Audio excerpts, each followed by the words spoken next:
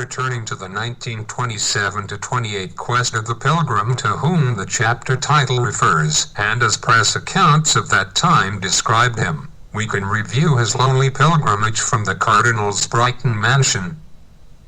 Along a lonely homeward course, and in the disturbed vigil of ensuing months and years, he was taunted by the Cardinal's parting words, "If it is so, the world will know of it." Silently, but no less firmly, he answered their thudding echo, "Yes, my Cardinal, it is so.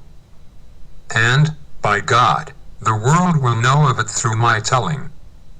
For I will tell, though earth and hell oppose me." He could not then foresee that the combined forces of life would weave the pattern of his movements so that he must tell even though it beggars him of all worldly values and leave him outcast in the eyes of men. He was not to be consulted by the force that relentlessly drove him forward. And if he tried to escape the burden of responsibility, as he did at times, he was mercilessly scourged by the mean expressions of man's inhumanity to men, in fitting compensation for his periodic forlorn attempts to abandon his endowment. There were none in whom a dreamer so endowed could confide. Alone, he was compelled to chart the forsaken pilgrimage leading to his avowed goal of universal dissemination of his work and its ultimate confirmation. Where would he go? To whom could he and would he divulge the devastating secrets culled from the hidden depths beyond accepted standards of perception? In any really determined quest for light, a beacon, be it ever so feeble, throws its ray to guide the seeker's course. Hence, there was brought to that early pilgrim the name of one who, though serving the interests of the traditional and the entrenched, was by no means lacking in perception. To him, in the District of Columbia, the quest was conducted. Arriving at the national capital, the pilgrim hastened to the offices of Science Service, where he met with one of the few open-minded men of science. With such open-mindedness he was able to perceive beyond the established pattern of cosmological values. Dr. Edwin E. Slauson, then the fearless director of the Science Service, patiently listened to a dramatic recital without parallel, which described how one might journey straight ahead from the supposed Earth ends to arrive at celestial land areas, how movement up is always relative, and apparent up points of the universe would be attained by moving straight ahead in a manner comparable to the western sailing of Christopher Columbus to go to the east. Dr. Slauson was not an astronomer, nor was he afraid of space phantoms. However, though he fully grasped the import of sensational disclosures, he was obliged to counsel, "Giannini, you will not find 10 open-minded men of science throughout this entire country." Despite such sincere counsel, 10 men of tolerance were thereafter ardently sought. It mattered little to the pilgrim whether they bore the label of scientist or something else. If they existed and could assist in the cause, they should be found. Zeal born of relentless obsession would tolerate no cessation of the quest, which was expected to develop the means for adequate disclosure and ultimate confirmation of Reception's extraordinary findings. He realized at an early date in the pilgrimage that expensive stratosphere ascent and elaborately equipped expeditions beyond the North Pole and the South Pole would be required for essential confirmation of his disclosures. And with such realization he was painfully aware that he was a dismal pauper, according to this world's standard of values. He had no way of knowing then that his utmost wish would be gratified through the physical initiative of others who would see to it that confirmation would be developed. The required stratosphere ascent and expeditions would be made. Though he would have willingly risked his life in pioneering stratosphere ascension to procure proof, and in a dangerous journey to land he knew continued beyond the North Pole and the South Pole, his earnest appeals for adequate financing of such projects fell upon deaf ears. never relinquishing the idea of immediate physical confirmation of his disclosures and the manner of its attainment. He journeyed to California, where, at the California Institute of Technology, he met that institution's president, Dr. Robert Andrew Millikan. He believed that Dr. Millikan, who had then recently accomplished isolation of an electron and was acclaimed the world's outstanding physicist, would be endowed with the open mindedness necessary for a program developing confirmation of the extraordinary disclosures. The famous physicist graciously afforded the hearing that presented pertinent features of the original treatise, Physical Continuum, also known as the Giannini concept. There was no doubt concerning Dr. Millikan's interest. Yet his counsel and only contribution to the cause was expressed in the following: Giannini, it is your work, and only you can give it. Since words cannot confirm you, words cannot deny you. My best wishes for your success. His words, in that remote summer of 1928, were certainly friendly and well-intended, but to the lonely and unaided pilgrim they held a dismal echo of the preceding summer's dictum from the cardinal's mansion: if it is so, the world will know of it. Giannini, you will not find 10 open-minded men of science in this entire country. In his youthful enthusiasm, he became scornful of the lack of constructive initiative from arbiters of the established order of things scientific. Throughout the weary pilgrimage of years, 1,001 clutching tentacles of despair sought throttling hold upon his spirit. Alone, with the soothing balm of Arizona's silent and spiritual desert nights, where he had temporary sanctuary, he often whispered a devout prayer of attunement to that inscrutable force which guided a dreamer's destiny: Padre mio, show me the way. Then it would seem that the myriad beacons of the desert sky would direct his course back to California, to that fabulous land of the setting sun, where there seemed to remain some remnant of the pioneering spirit in keeping with broader horizons.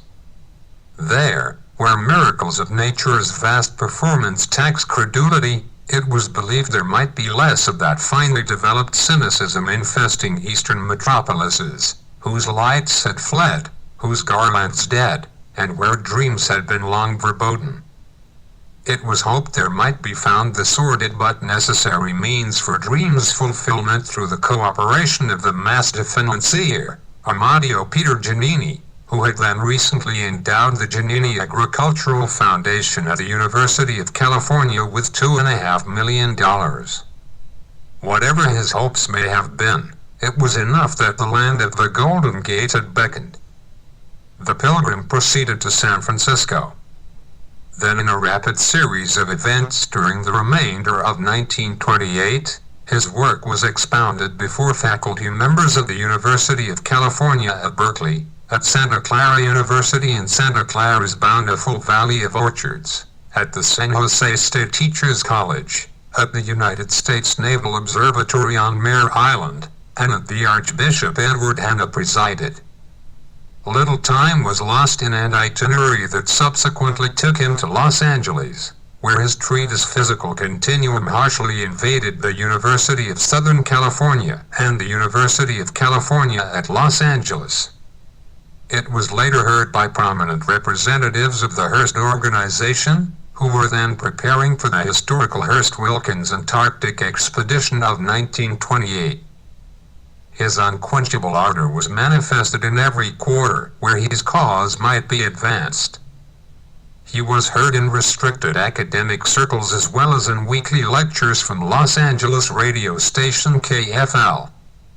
He was invited to accompany Captain Sir George Hubert Wilkins and Alan Lockheed, president of the Lockheed Corporation, to a select meeting at the Breakfast Club in Burbank, where his cause was heard. Wherever it was considered that the work's interest might be served, he was to be found. It is understandable that a press dispatch of that time described him as the modern Columbus, who seeks a Queen Isabella somewhere in America. Though a queen might have possessed the means to equip a fitting expedition for land discovery beyond the poles or to provide funds for the required stratosphere essence, no queen, duchess, or baroness ventured forth to ease a modern dreamer's burden.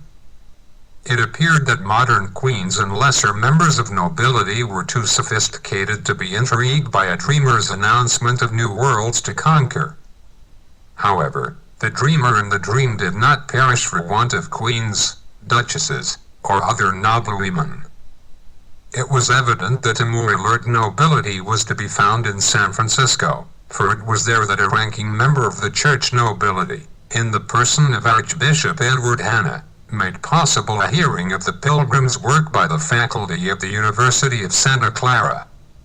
The famed Jesuit, the Reverend Jerome S. Ricard, S.J., who was popularly known as the Padre of the Rains as a result of his accurate weather predictions, was perhaps the most interested member of the faculty audience. His interest would rightfully surpass that of the pure academician, because he was an atomic physicist and seismologist. When the hearing was over, Professor Ricard exclaimed with undisguised enthusiasm, "Giannini, if you succeed in proving your concept of physical continuum, it will represent the most realistic physical continuity of the universe within the history of man."